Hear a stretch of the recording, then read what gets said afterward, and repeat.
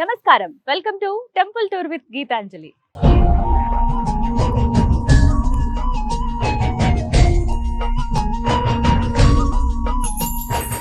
త్రేతాయుగం నుంచి ఈ భద్రాచలానికి ఎంతో ప్రాముఖ్యత ఉందండి.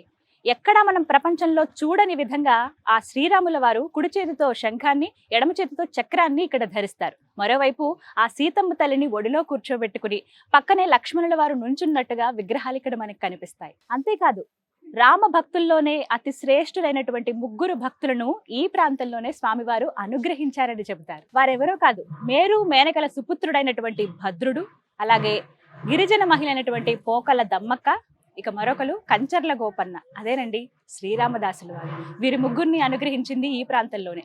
వారు నిర్మించినటువంటి ఆలయమే ఇది. ఆయన కొలువైనటువంటి ఆ భద్రగిరే ఇది. ఇలా ఎన్నో విశేషాలతో అడుగడుగున ఆధ్యాత్మికత ఉట్టిపడుతూ చరిత్రకు సాక్ష్యంగా నిలిచినటువంటి ఆ రామయ్య ఆలయాన్ని మనము వీక్షిద్దామా? రండి, అలాగే ఆ స్వామి వారిని కూడా దర్శనం చేసుకుందాం.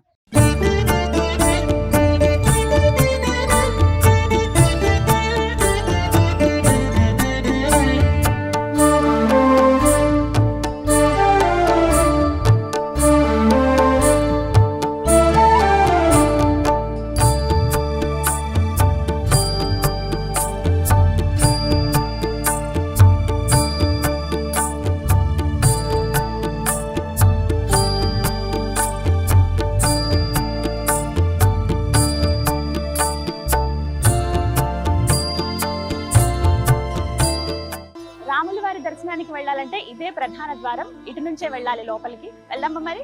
రండి. సుగ్రీవమిత్రం పరమం పవిత్రం సీతాకళత్రం నవమేఘ. ఆలయం లోపలికి మనం అడుగు పెట్టేశాము. కోలాహలంగా ఉంది భక్తులందరితోటి. లోపలికి అడుగు పెట్టగానే మనకి ముందుగా ఎడం పక్కగా గోకుల రామం అని చెప్పి మనకి గోశాల కనిపిస్తుందండి. వచ్చి అక్కడ గ్రాసం కూడా మనం తినిపించవచ్చు. వెళ్ళి ఒకసారి ఆవుల్ని కూడా చూద్దామా మరి? ఆవులున్నాయి, ఎద్దులు కూడా ఉన్నాయి ఇక్కడ. వెళ్దాం.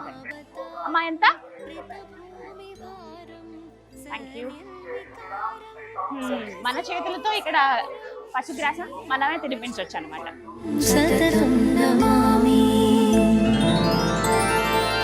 లక్ష్మీ నివాసం జగతాం నివాసం భూదేవి వాసం శరదిందుహాసం లంకా నివాసం భువనే ప్రచారం శ్రీరామచంద్రం సతతం నమామి. మందారమాలం. గోవుకి పృష్ఠభాగంలో మహాలక్ష్మీదేవి కొలువై ఉంటుందని చెప్తారు కదా, అందుకే అందరూ కూడా నమస్కారం చేసుకుంటారండి. ముందుగా గ్రాసం పెట్టి ఇలా దండం పెట్టుకోవచ్చు. గోవులోనే సకల దేవతలు కొలువై ఉంటారని చెప్తారుగా. ఒక గోవుకి నమస్కారం చేసుకుంటే ముక్కోటి దేవతలకు నమస్కారం చేసుకున్నట్టే. గోశాల మనం దర్శించుకున్న తర్వాత పక్కనే దాసాంజనేయ స్వామి వారు కొలువై ఉన్నారండి. రాముల వారు ఎక్కడుంటే హనుమంతుడు అక్కడ ఖచ్చితంగా ఉంటారు కదా. రాముల వారి దర్శనానికి వెళ్లే ముందే ఇక్కడ దాసాంజనేయ స్వామి వారిని మనం దర్శించుకోవచ్చు. రండి వెళ్దాం. ఆ రామయ్యకి ఎప్పుడు బంటే కదా హనుమంతుడు. ఈ బంటుడు నేనయ్యాని నిరంతరం రామనామస్మరణ. మనమైనా ఒక్క నిమిషం అటు ఇటుగా ఏమరపాట్లో ఉంటామేమో కానీ ఆ ఆంజనేయ స్వామి మాత్రం అనుక్షణం ఆయన నరనరాన, ఆయన రక్తంలో ప్రతి దాంట్లోనూ అణువణువున ఆ రామయ్య నిండిపోయాడు. ఒక్క క్షణం కూడా శ్రీరామ అనకుండా ఉండలేరంట. ప్రతినిత్యం అలా ధ్యానం చేస్తూనే ఉంటారు. ఆయన చిరంజీవి కదా, ఇప్పటికీ ఎక్కడో ఉన్నారు ఆయన అని అందరం నమ్ముతాం కదా. అదేవిధంగా ఇక్కడ నిరంతరం రామనామస్మరణ చేస్తూ హనుమంతుల వారి చేతులు జోడించి ఇలా చక్కగా ఇలా కూర్చున్నట్టుగా మనకు కనిపిస్తారన్నమాట. రామ మృదునామమున పులకించు హనుమా రామపద సేవకి అంకితమౌ హనుమా. మనం భద్రగిరి పైన ఉన్నాము. స్వామివారిని దర్శించుకోవాలంటే ఇంకా 51 మెట్లు ఎక్కి వెళ్లాల్సి ఉంటుంది. అయితే వయోవృద్ధులు కానీ వికలాంగులు కానీ ఎవరైనా ఉంటే వాళ్ళ సౌకర్యార్థం ఇక్కడ లిఫ్ట్ కూడా ఏర్పాటు చేశారండి. ఒకసారి ఈ లిఫ్ట్ బయట చూడండి ఎంత అందంగా ఉందో. ఒకవైపు ఏమో ఆంజనేయ స్వామి వారు, మరోవైపునేమో గరుత్మంతులు, ఇక ఇక్కడ శ్రీరామదాసు స్వామివారి అపర భక్తుడు శ్రీరామదాసుకి అలాగా పెయింటింగ్స్ లాగా వేసి అందంగా చాలా అలంకరించారు, నీట్ గా తీర్చిదిద్దారని చెప్పుకోవాలి లిఫ్ట్ ని. అయితే లిఫ్ట్ సౌకర్యం కూడా ఉంది, అలా ఎవరైతే పెద్దవాళ్ళు ఉంటారో వాళ్ళు వెళ్ళటానికి.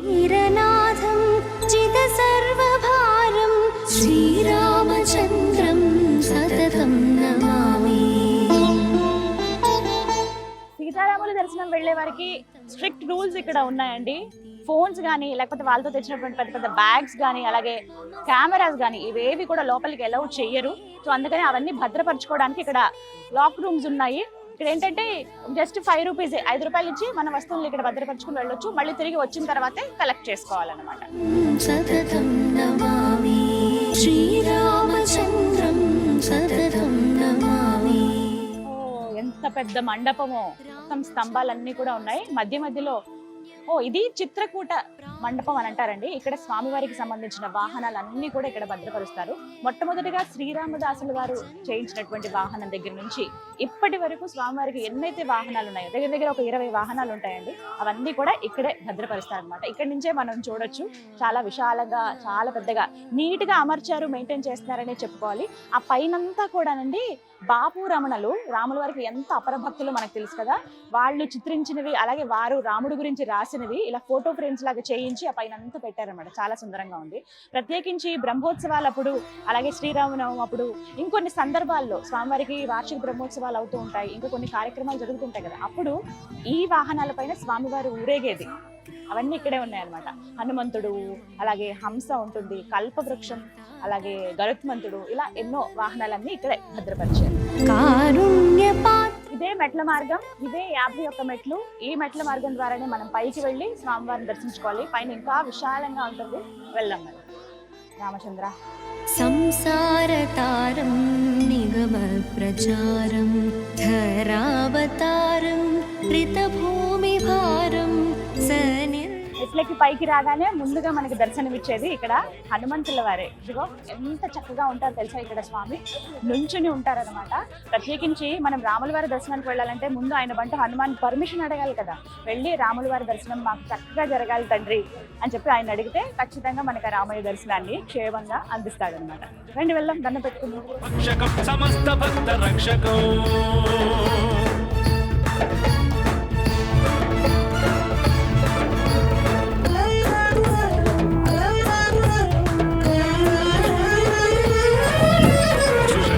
సుఖండ పుష్టివాన్ యోహితం వచస్వమాశు ధైర్యమాశ్రయాత్రవో భయం కదాపి న ఇతి ప్లవంగనాథ భాషితం నిశమ్మ వానరాధినాథ ఆపశం తథా స రామదూత ఆశ్రయః. ఇవన్నీ అప్పటికే చూసారా, మొత్తం సుబ్రహ్మణ్య స్వామి. లక్ష్మీ నివాసం జగతా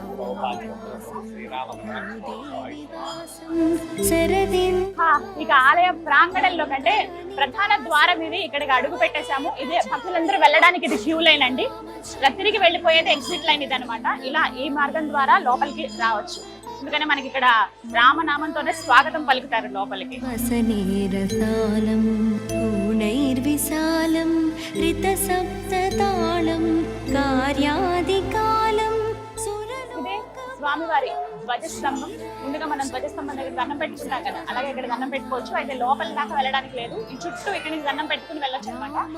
అల్లంత దూరం నుంచి, అంటే ఈ భద్రాచలం చుట్టుపక్కల మనం ఎక్కడ ఉన్నా సరే ఈ ధ్వజస్తంభం మనకి దర్శనమిస్తుంది.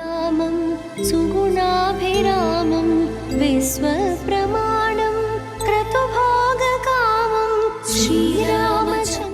ఇదే లోపల దర్శనానికి వెళ్లే మార్గం అండి. ఈ క్యూ లైన్ల ద్వారానే వెళ్తారు భక్తులందరూ కూడాను. చాలా సందడిగా ఉంది, భక్తులతో కోలాహలంగా ఉంది, రద్దీగా ఉందని చెప్పుకోవాలి. ఈ మార్గం గుండానే లోపలికి వెళ్తారు. జయ విజయాలు బయట మనకి విగ్రహాలు కనిపిస్తాయి. ఆ తర్వాత ప్రధాన ఆలయంలోకి వాళ్ళు అడుగు పెట్టినట్టే పైన మనకి లక్ష్మీదేవి, గజలక్ష్మి అమ్మవారి దర్శనమిస్తారు. అంతా కూడా బంగారపు తోడు అనమాట. అలా ఆ బంగారు వాకిల్ నుంచి లోపలికి వెళ్లి స్వామివారిని దర్శనం చేసుకోవచ్చు. వీళ్ళందరూ స్వామివారి దర్శనం కోసమే వేచి ఉన్నారు. చూసారా, ఇదే స్వామివారి తులాభారం అండి. ఎవరైతే భక్తులు మొక్కుకుంటారో మేము ఇలా స్వామివారికి సమర్పిద్దాం అనుకుంటున్నాం అన్న వాళ్ళు, అది ఏదైనా కావచ్చు, వస్తు రూపంలో కావచ్చు, ధన రూపంలో కావచ్చు, వాళ్ళు ఇక్కడ తులాభారంకి ఇప్పుడు కూర్చుంటారు అనమాట. వాళ్ళు ఎంత వెయిట్ అయితే ఉంటారో అంత వెయిట్, అంటే వాళ్ళ శక్తి కొలది వాళ్ళు బియ్యం ఇవ్వచ్చు, లేకపోతే ఏమైనా పళ్ళు ఇస్తారు కొంతమంది ఇంకేమైనా ప్రసాదాల్లాగా పంచిపెట్టండి అని ఇస్తారు. కొంతమంది ఎంత బరువు ఉన్నారో దానికి తగ్గట్టుగా డబ్బులు కూడా ఇచ్చేస్తారనమాట. అంత బరువు ఉన్నటువంటి, అంటే అన్ని డబ్బులు ఖర్చేటువంటి అన్ని కేజీల బియ్యం మా తరపున స్వామివారికి ఇవ్వండి, అన్న ప్రసాదంలో పెట్టండి అని చెప్పి ఇలా స్వామివారికి సంబంధించిన తులాభారం ఇది. ఎవరైతే భక్తులు వస్తారో వాళ్ళు ఇక్కడ ఇవ్వచ్చు. ముందుగా మనం ఆఫీస్ దగ్గర సంప్రదించి వాళ్ళు ఇక్కడ ఈ కార్యక్రమంలో పాల్గొనొచ్చు.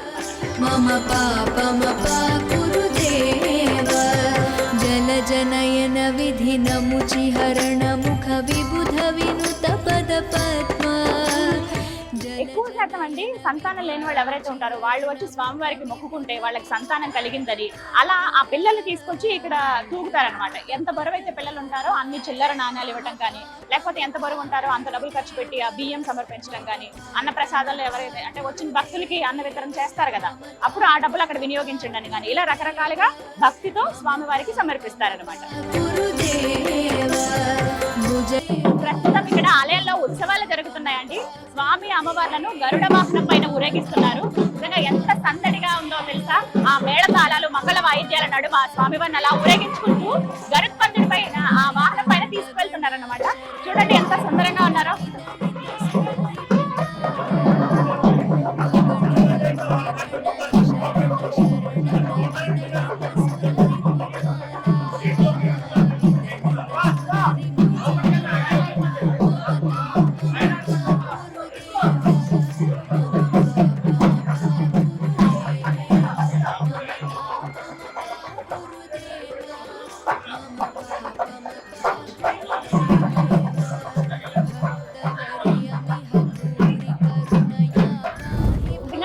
భద్రగిరి పైన మనం నుంచుంటే అడుగడుగున ఆ స్వామి మనకు కనిపిస్తూ ఉంటారు. ప్రత్యేకించి అద్భుతాలే, ఒక వైకుంఠంలో మనం ఉన్నామా అన్న భావన కలుగుతూ ఉంటుంది. ఇలా ఒక దగ్గరికి వచ్చి చూస్తే నాకు అనిపించింది స్వామివారి వెండి రథం ఇది. ఒకసారి చూడండి ఎంత బాగుందో. 2 అశ్వాలతోటి మధ్యలో లక్ష్మీదేవి కూర్చున్నట్టుగా ఉంటుంది. అక్కడ స్వామివారిని పెడతారనమాట ఆ మధ్యలో ఆ మండపం దగ్గర. ఇదంతా కూడా పూర్తిగా వెండి రథం. సమర్పించిన వాళ్ళ పేర్లు కూడా ఇక్కడ ఉంది. భక్తులు చేయించారు ఇక్కడ. అక్షరాల ఈ రథం ఖర్చు 36 లక్షల రూపాయలండి. మొత్తం పూర్తిగా వెండితో చేసిందే ఇదంతా కూడా. చాలా బాగుంది.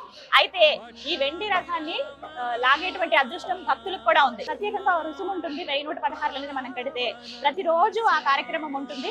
ఎవరికైతే స్వామివారి సేవలో పాల్గొనాలనుకుంటారో వాళ్ళు అలా డబ్బులు కట్టి మనం ఇలా స్వామివారి రథాన్ని మన చేతులతో లాగొచ్చు అనమాట. ఎంత అదృష్టమో కదా అది.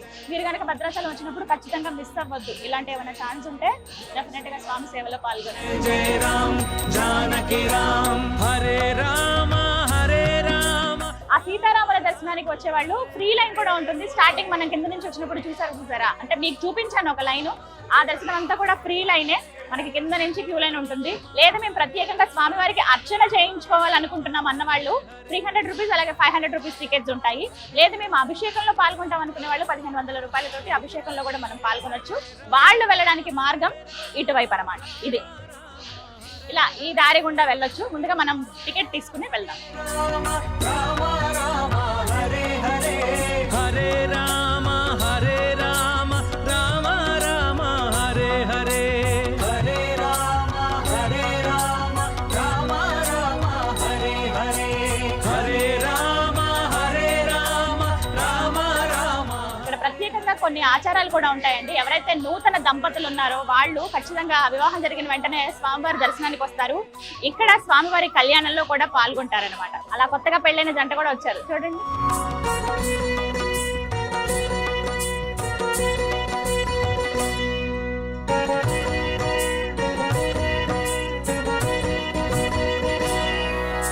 దశరథ నందన దశముఖ మర్దన దానవ భంజన శ్రీరామ. దర్శనం ఎంత చక్కగా జరిగిందో తెలుసా. స్వామివారిని దగ్గర ఒక 10 నిమిషాలు చూసుంటానండి. ప్రత్యేకంగా అడిగి మరీ వెళ్ళాను. అయితే మూలమూర్తులను ఫోటో తీయటం కానీ వీడియో తీయడం కానీ నిషిద్ధం. అది నేను ఎప్పుడు గౌరవిస్తాను ఆ మాటని. మనం అందరం గౌరవించాలి. స్వయంగా వచ్చి చూస్తేనే మనం నిజంగా ఒక తన్మయత్వానికి లోనవుతాం. ఆ స్వామివారిని చూసినప్పుడు నిజంగా చాలా చాలా బాగుంది. నమ్మకం చూస్తే మీకు అర్థమై ఉంటుంది ఎంత కళగా ముందుకి ఆ తర్వాతకి. నిజంగా ఆయన ఎంత ప్రశాంతంగా అమ్మవారిని ఒళ్ళో కూర్చోబెట్టుకుని ఉన్నారు. పక్కన లక్ష్మణ స్వామి వారు దగదగా మెరిసిపోతున్నారు. ఆభరణాలు కొన్ని ఉన్నాయి స్వామివారికి వేశారు. అలాగే పూలతో అలంకరించారు అందంగా. చాలా బాగుంది. చూపి విడమర్చి చెప్తున్నారనమాట. ఇది ఉత్సవమూర్తులు, ఇవి మూలమూర్తులు, దర్శించుకోండి స్వామిని అని చెప్పి ఒక 10 నిమిషాల పాటు ప్రశాంతంగా నాకు వచ్చిన 4 కీర్తనలు పాడుకుని ఆ స్వామివారిని తలుచుకుని ప్రశాంతంగా చూడగలిగాను. ఖచ్చితంగా మీ జీవితంలో ఒక్కసారైనా రండి, వచ్చి ఆ స్వామివారిని దర్శించుకోండి. ఇక్కడి నుంచి ఆలయం ఎంత సుందరంగా కనపడుతుందో చూడండి. గర్భాలయం ఆ స్ట్రక్చర్ కానీ ఎంత అద్భుతంగా ఉందో, చాలా నీట్ గా చెక్కినట్టుగా కనబడుతుంది. ఎక్కడ రంగులు అవి ఏం వేయలేదు, అలాగే అంటే ఆ కాలం నాటిదని తెలియడానికి అలా ఎలా అయితే నిర్మించారో అలా వదిలేశారు. సుందరంగా ఉంది. ఇక్కడ నుంచి పూర్తిగా మనకి ఆ గర్భాలయం అంతా కూడా కనపడుతుంది. ఆ లోపలే స్వామివారి కొలువై ఉన్నది. ఆ భద్రాద్రి రాముడిని చూస్తే నిజంగా మనసంతా నిండిపోతుందండి. మళ్ళీ మళ్ళీ చూడాలని ఉంది నాకు, కానీ అందరికి అవకాశం ఇవ్వాలి భక్తులకి. మళ్ళీ ఆ రామయ్య పిలిస్తే ఖచ్చితంగా వెళ్తాను. దర్శనం చేసుకుని అలా బయటికి రాగానే మనకి ఇక్కడ వైకుంఠ రాముడి దర్శనం మరొక్కసారి జరుగుతుందండి. ఒక్కసారి ఇలా చూడండి, గోపురం పైన బంగారం తొడుగు వేశారు అక్కడ స్వామికి. లోపల మూర్తి ఏ విధంగానైతే కొలువై ఉంటారో అచ్చు అదే విధంగానండి. లక్ష్మణ స్వామి వారు అలా నుంచున్నట్టుగా, ఒడిలో ఆ సీతమ్మను పెట్టుకుని రాముల వారు అలా కూర్చున్నట్టుగా ప్రశాంతంగా కనిపిస్తారు.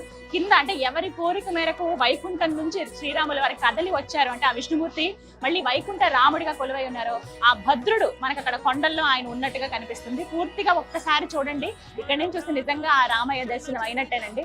దర్శనం చేసుకుని వచ్చి ఇక్కడ ఒక్కసారి ఆ గోపురానికి దండం పెట్టుకుంటే, అక్కడ కనిపించేటువంటి ఆ వైకుంఠ రాముడికి దండం పెట్టుకుంటే చాలు. నిజంగా వైకుంఠంలో ఆ స్వామిని చూసినటువంటి అత్యంతమైన అద్భుతానికి, ఆ అమిత ఆశ్చర్యానికి మనం లోనవుతాము. అంతటి అదృష్టం అని కూడా చెప్తూ ఉంటారు. దండం పెట్టుకోండి మీరు కూడా. రామచంద్ర వైకుంఠ శ్రీరామ లక్ష్మణ భ్రాత లక్షణ చరిత మోక్ష ప్రదాయక శ్రీ సీతారామచంద్రుల వారి ఆలయానికి అత్యంత ఆకర్షణీయం, ప్రత్యేకం గోపురం పైన ఉన్నటువంటి ఆ సుదర్శన చక్రమేనండి. ప్రతి ఆలయంలో మనం ఇలా చక్రాన్ని చూడము, కేవలం ఇక్కడ భద్రాద్రి రామయ్య ఆలయంలో గోపురం పైన ఉన్నటువంటి ఆ సుదర్శన చక్రాన్ని చూడండి. స్వయంగా ఆ స్వామి వారే ప్రసాదించినటువంటి సుదర్శన చక్రం ఇది. దీనికి సంబంధించి కథనం చెప్తారు. శ్రీరామదాసుల వారు ఆలయం నిర్మించేటప్పుడు మొత్తం ఆలయం అంతా పూర్తయిపోతుంది, ఇక గోపురం ఒకటి నిర్మించాలి అని చెప్పి ఆ చివరి భాగం ఏదైతే ఉంటుందో అది కూడా నిర్మిద్దామని చెప్పి మొత్తం అంతా ఏర్పాట్లు చేసిన తర్వాత ఎన్నిసార్లు నిర్మాణం చేసినా కూడా అది పడిపోతూనే ఉండేదట. అస్సలు కుదిరేది కాదు. ఆయన చాలా బాధపడేవాళ్ళు. ఏంటి రామచంద్ర, ఇంత కష్టపడి ఇంత కడుతున్నాము, అన్ని సమకూరే గానీ ఇలా గోపురం ఎందుకు సరిగా కుదరట్లేదని అనుకుంటే ఒకసారి ఆయనకి ఆకాశం నుంచి ఒక వినపడుతుంది అనమాట, ఒక మాట, నువ్వు ఎంత ప్రయత్నించినా అది కుదరదు, నా నుంచి నీకు ఒక శిఖరం పైన ఏం పెట్టాలి అనేది నేనే అనుగ్రహిస్తానని చెప్తారు. అలా సరే స్వామివారే ఇస్తానన్నారు కదా అని ఆయన ఆ రోజు రాత్రి నిద్రలోకి వెళ్ళిన తర్వాత స్వప్నంలో ఆ శ్రీరాముల వారే దర్శనమిస్తారు. ఆ ఒక మాట చెప్తారనమాట, నువ్వు ఎందుకు అంత ఇబ్బంది పడుతున్నావు, బాధపడుతున్నావు, ఇదంతా నేనే కదా నీతో చేయించుకున్నాను, నువ్వు ఏమాత్రం చింతించకు, రేపు ఉదయాన్నే వెళ్ళి నువ్వు గోదావరి నదిలో ఒకసారి స్నానం ఆచరించు, అక్కడ పెట్టాల్సిన సుదర్శన చక్రాన్ని, ఆ చక్రాన్ని నేనే అనుగ్రహిస్తానని చెప్తారు. ఇక తెల్లవారుతుంది. తెల్లవారు ఎప్పుడెప్పుడు తెల్లవారుతుందా అని ఎదురు చూస్తూ ఉంటారు ఆ శ్రీరామదాసుల వారు. వెంటనే వెళ్ళి గోదావరి నదిలో స్నానం ఆచరిస్తూ ఉండగానే అలా గోదావరి నదిలోంచి సుదర్శన చక్రం కొట్టుకుని వస్తుంది. ఆ చక్రమే ఇక్కడ పైన పెట్టారనమాట. అది చూసారా, నిజంగా స్వయంగా ఆ స్వామి వారి ప్రసాదించినటువంటి సుదర్శన చక్రం అది. ఎంతో ఆనందంతో స్వయంగా స్వామివారే ఇచ్చారని చెప్పి తీసుకొచ్చి ఆ గోపురం పైన ఎలా పెడతారు. అప్పటి నుంచి ఎలాంటి ఇబ్బంది ఉండదు. ఆ తర్వాత స్వామివారిని లోపల ప్రతిష్ఠించేదాకా విగ్రహ నిర్మాణం కావచ్చు, ఆలయ నిర్మాణం కావచ్చు, ఇవన్నీ కూడా జరుగుతాయి. చాలా సుందరంగా కనపడుతుంది. అప్పటి నుంచి ఆ సుదర్శన చక్రాన్ని అందరూ దర్శించుకుని తరిస్తారనమాట. ఎంత మన లోపల దర్శనం చేసుకుని అంతా వచ్చినా కూడా గోపురం పైన ఉన్నటువంటి ఆ సుదర్శన చక్రాన్ని చూస్తే ఇక మనసంతా నిండిపోతుందండి. స్వయంగా ఆ విష్ణుమూర్తి అంటే ఆ రాముల వారే అందించారు కదా. రమ్యమైనది రామనామము రామనామము రామనామము. వీళ్ళంతా కూడా దర్శనం కంప్లీట్ చేసుకుని బయటికి వచ్చిన వాళ్ళు అనమాట. ఇక్కడ స్వామివారి తీర్థ ప్రసాదం అందిస్తూ ఉన్నారు.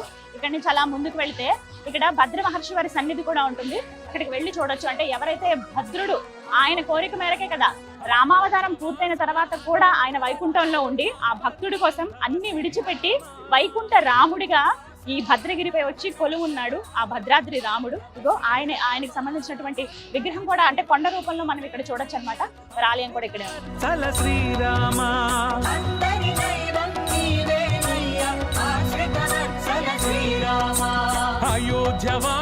ఇక్కడ నిజంగానే ఒక ప్రత్యేకం అండి. ఎవరైతే ఆ మేరు మేనకల సుపుత్రుడు భక్తవరదుడు ఎవరైతే ఉన్నారో ఆ భద్రుడు ఆయన ఇలా కొండ రూపంలోనే కదా ఉంటారు. నేను కొండ రూపంలో కొలువై ఉంటాను, మీరు వచ్చి ఇక్కడ నా పైన కొలువుండండి స్వామి అంటే ఎక్కడైతే ఆయన శిరస్సు భాగం ఉందో అక్కడే కరెక్ట్ గా గర్భాలయం మనం చూడొచ్చండి.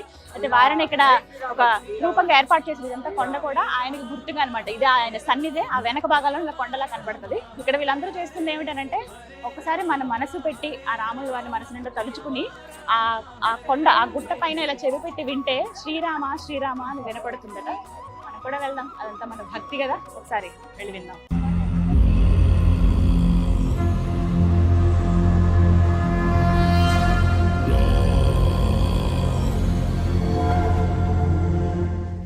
ఎంతటి అదృష్టవంతులో కదా ఆ భద్రుడు. ఆయన కోసమే వైకుంఠం నుంచి ఆయన ఎవ్వరికి చెప్పకుండా సిరికిని చెప్పడు, చేదో ఈ సంధింపడు, అంటే ఏవి శంకు చక్రాలు వదిలేస్తాడు, ఆదిశేషుకి చెప్పడు, అంటే సీతమ్మ వారికి కూడా చెప్పకుండా భక్తుడి కోసం పరిగెత్తుకున్న వైకుంఠం నుంచి వచ్చేస్తాడు ఆ వైకుంఠ రాముడు. అలాగే వచ్చి ఇక్కడ వైకుంఠ రాముడిగా కొలువై ఉన్నాడు అనమాట.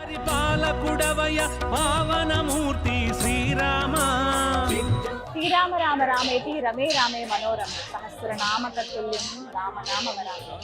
సీతారామచంద్రుల వారి యాగశాల ఇది. ఇక్కడే యజ్ఞం అవి నిర్వహిస్తారండి. ఒక మాట చెప్తారు, ప్రత్యేకంగా కాశీ క్షేత్రంలో మనం 1000 మందికి అన్నదానం చేసిన, ఇక్కడ ఒక్క భక్తుడికి అన్నదానం చేసిన ఒకటే అని చెప్తారు.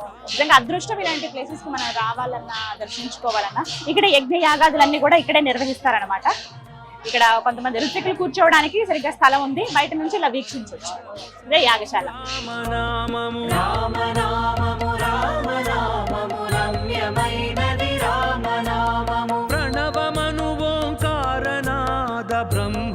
ఆ సీతారామచంద్రుల వారికి ఎప్పుడు నిత్య కళ్యాణం పచ్చ తోరణమేనండి. స్వామివారికి నిత్యం కళ్యాణం జరుగుతుంది. అందులో భాగంగా కళ్యాణం జరిగేటువంటి స్థలం ఇక్కడే, ఇదే మండపంలో స్వామివారికి కళ్యాణం చేస్తారన్నమాట. ఎంతో విశాలంగా ఉంటుంది. కళ్యాణం అయిపోయిన తర్వాత ఎప్పటికప్పుడు క్లోజ్ చేసేస్తారు. అయితే భక్తులు కూర్చోవడానికి చాలా స్థలం ఉంది ఇక్కడ నుంచి వీక్షించవచ్చు. నూతన దంపతులు కావచ్చు, అలాగే వాళ్ళ వివాహ రోజులు ఉన్నప్పుడు, అంటే పెళ్లి రోజులు ఉన్నప్పుడు అలా చాలా మంది వచ్చి కళ్యాణం ఇక్కడ జరిపించుకుంటారన్నమాట. ప్రతినిత్యం ఉంటుంది. మన ఆసక్తి, మన భక్తి వచ్చి స్వామివారి కళ్యాణంలో పాల్గొనవచ్చు.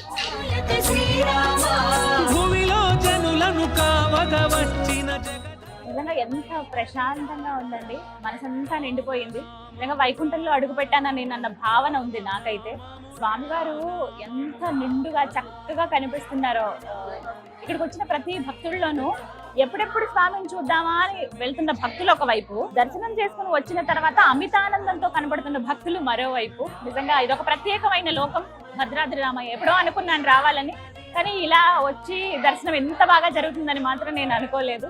చాలా సంతోషం అనిపించింది. సాధారణంగా నాకు మా అమ్మగారు చెప్పేవాళ్ళు, ఎక్కడైతే కీర్తనలు ఉంటాయో, ఎక్కడైతే భజనలు చేస్తారో, ఎక్కడైతే రామ సంకీర్తనలు స్మరణలు జరుగుతాయో అక్కడ శ్రీ మహావిష్ణువు కొలువై ఉంటాడు అని చెప్పారు మా అమ్మగారు. అలా నాకు ఎన్నో కీర్తనలు మా అమ్మగారు కూడా నేర్పించారండి. మా అమ్మగారు రాముడికి అపర భక్తురాలు అనమాట. ఏమన్నా ఉన్న రాముడిలా అని రామాయణం గురించి అవన్నీ నేను తెలుసుకున్నానంటే ఆవిడ నుంచి. మన పెద్దవాళ్లే కదా నేర్పిస్తారు. ఇక్కడికి వస్తే పూర్తిగా ఇంకా మనకి తెలుస్తుంది రామ భక్తులు ఏ విధంగా ఉన్నారు, రామ భక్తుడు ఏ విధంగా ఈ ఆలయాన్ని అంతా నిర్మించారు అని చెప్పి చాలా అద్భుతంగా ప్రతి ఒక్కటి మనం తెలుసుకోవచ్చు. అలా ఎన్నో కీర్తనలు నా మనసుకి నచ్చినవి కూడా ఉన్నాయి. అలా మా అమ్మగారు ఆ కీర్తనలు పాడుతుంటే నేను కూడా వినేదాన్ని. అందులో నాకు నచ్చింది ఎప్పుడూ నేను స్మరించుకునేది ఆ రాముడి గురించి. శ్రీరామాయ రామభద్రాయ రామచంద్రాయ వేదసే రఘునాథాయ నాథాయ సీతాయ పతయ నమః.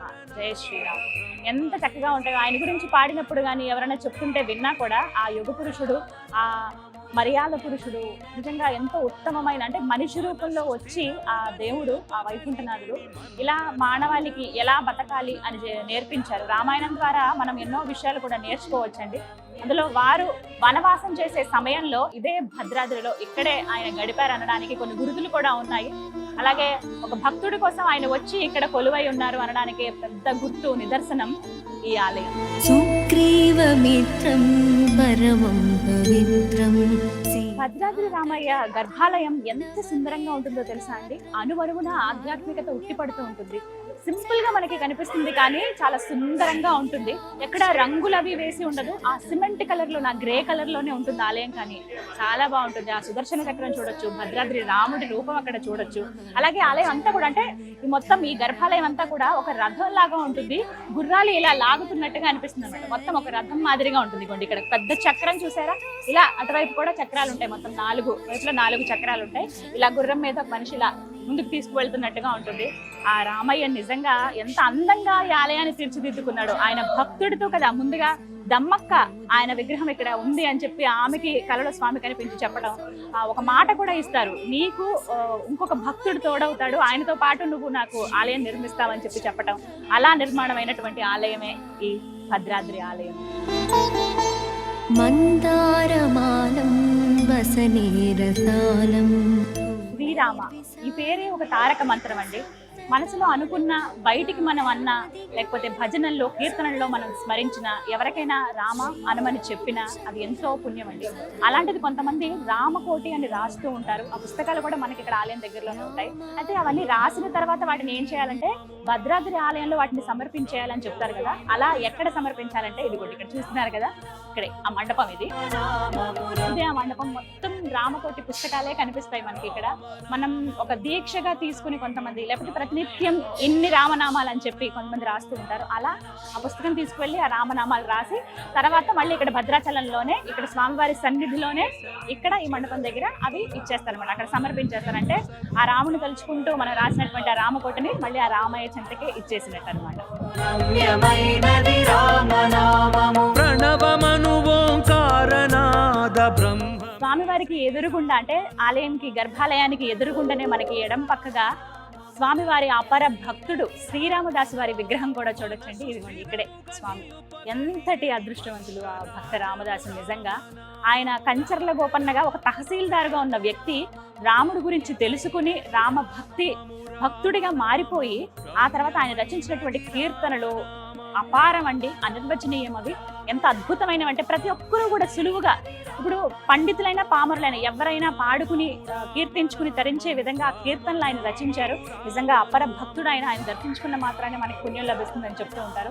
అటువంటిది ఆ రామదాసు నిర్మించినటువంటి ఆలయమే ఇదంతా ఈ భద్రాచలం. తృప్తులకు ఆనందమొసగును రామనామము. ఇక్కడ స్వామి అమ్మవార్ల శేష వస్త్రాలని ఇక్కడ అమ్ముతూ ఉంటారండి. కావాలంటే మనం తీసుకోవచ్చు. ఎవరైతే భక్తులు ప్రేమతో భక్తితో స్వామివారికి సమర్పిస్తారు కదా, స్వామివారికి పంచ కానీ అమ్మవారికి చీర కానీ అలాగే లక్ష్మణ స్వామివారికి పంచ, ఇవి ఇచ్చినవన్నీ కూడా ఇక్కడ విక్రయిస్తారు. మనం ఏదైనా పూజలు జరిగినప్పుడు ఏమైనా శుభకార్యాలప్పుడు ఈ వస్త్రాలు కట్టుకుని మనం ఆ పూజలో పాల్గొనొచ్చు. అంటే అంతటి పవిత్రమైనవి, స్వయంగా స్వామి అమ్మవార్లకి ధరింపజేసినవి ఇస్తారు. లేదంటే ఉట్టిగా అమ్మవారి దగ్గర పెట్టిన చీరలు కావచ్చు, అలాంటివి కూడా ఇక్కడ మనం తీసుకోవచ్చు. అమ్మవారి చీర అంటే ఎంత అదృష్టమో కదా అది కట్టుకోవాలంటే. స్వామివారికి దీపారాధన చేయొచ్చు. అయితే ఆలయం బయటనే, మనకి లోపల ఎక్కడ కూడా మనకు అవకాశం ఉండదు కాబట్టి ఇక్కడ స్వామికి నేతి దీపాన్ని సమర్పించి వెళ్ళొచ్చు అనమాట లోపలికి. కొంతమంది దర్శనం అయిపోయిన తర్వాత వచ్చి దీపాన్ని వెలిగిస్తారు. ముందుగా కూడా దీపాన్ని వెలిగించి మనం లోపలికి వెళ్ళొచ్చు. ఇక్కడ 1,00,000 ఒత్తులు, 1,00,000 ఒత్తులు, అలాగే 1116 ఇలా ఈ ఒత్తుల సంఖ్యను పెట్టి ఇలా దీపంలో పెట్టి మనకి ఇస్తారనమాట. నేను కూడా దీపం వెలిగిస్తాను.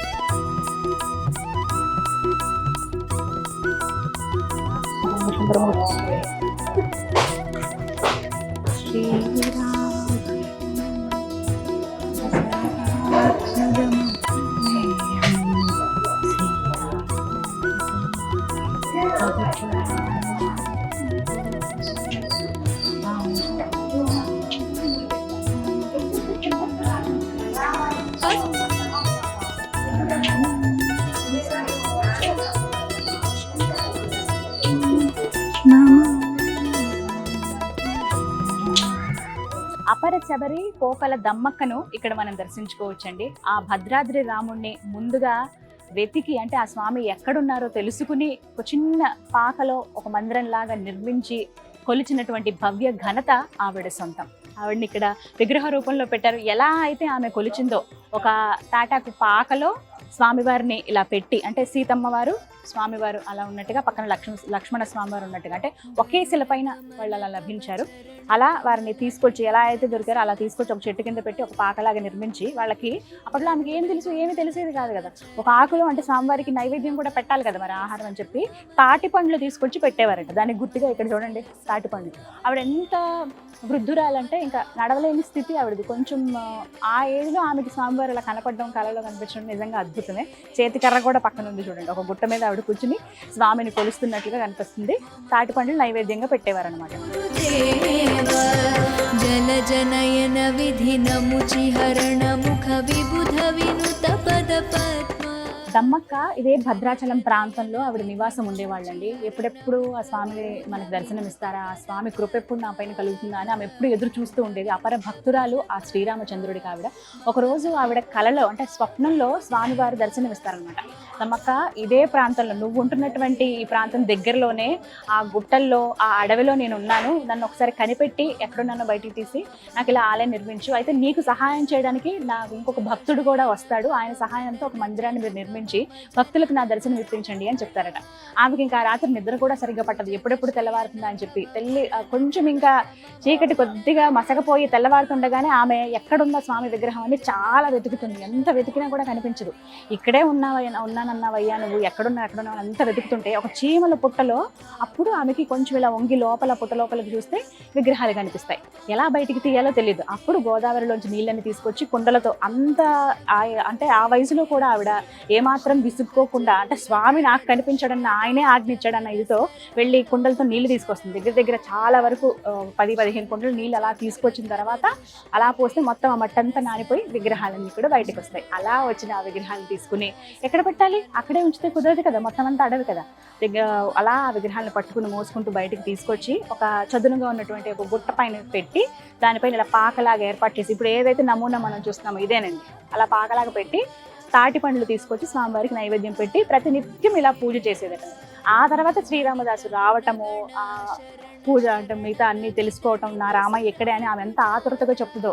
రామదాసు గారికి అలాగే వారి భార్య ఇద్దరు కూడా వచ్చినప్పుడు అక్కడ పర్యటించినప్పుడు ఆ పర్ణశాలలో అంతా చూపించి ఇదంతా రాముడు నడిచిన ప్రదేశం, ఆ రామయ్య ఇక్కడ కొలువై ఉన్నాడు, ఆ రాముడు గుడి కడదామనంటే అప్పుడు నిర్ణయించుకుని ఇద్దరు కలిసి మొత్తం ఆ గ్రామ ప్రజలందరి సహాయంతో డబ్బులన్నీ తీసుకుని ఆ డబ్బులతోటి ఆలయాన్ని నిర్మిస్తారన్నమాట.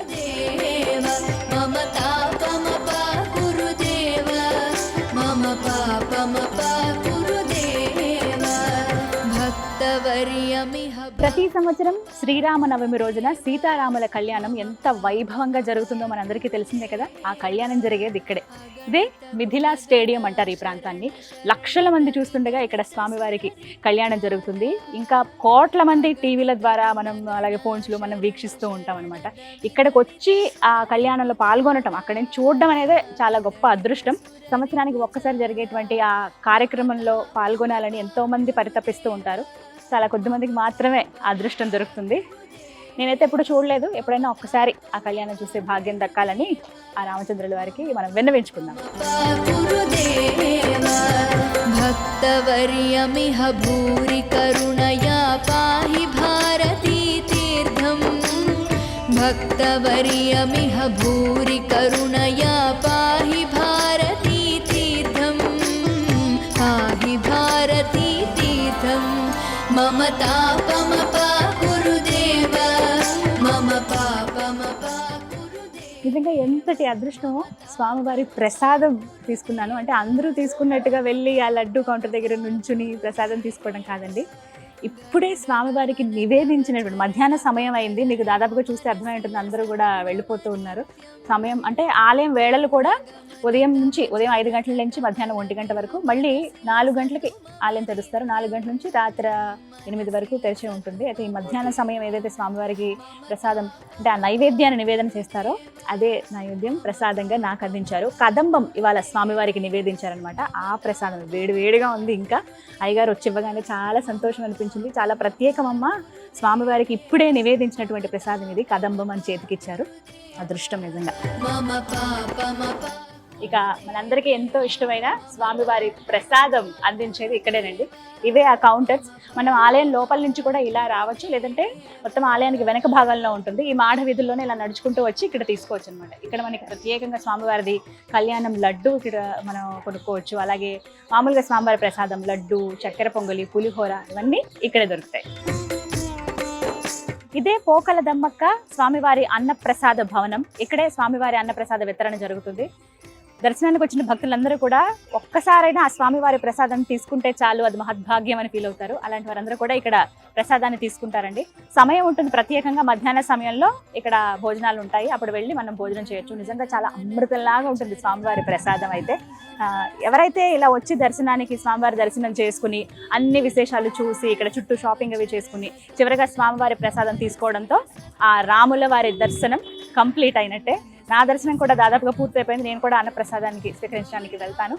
ఎవరైతే భద్రాచలం వస్తారో ఖచ్చితంగా ఇవన్నీ కూడా దగ్గరుండి, అంటే మీరు కొంత సమయం అంటూ పెట్టుకుని మొత్తం వీక్షించండి, అనువునా చూడండి.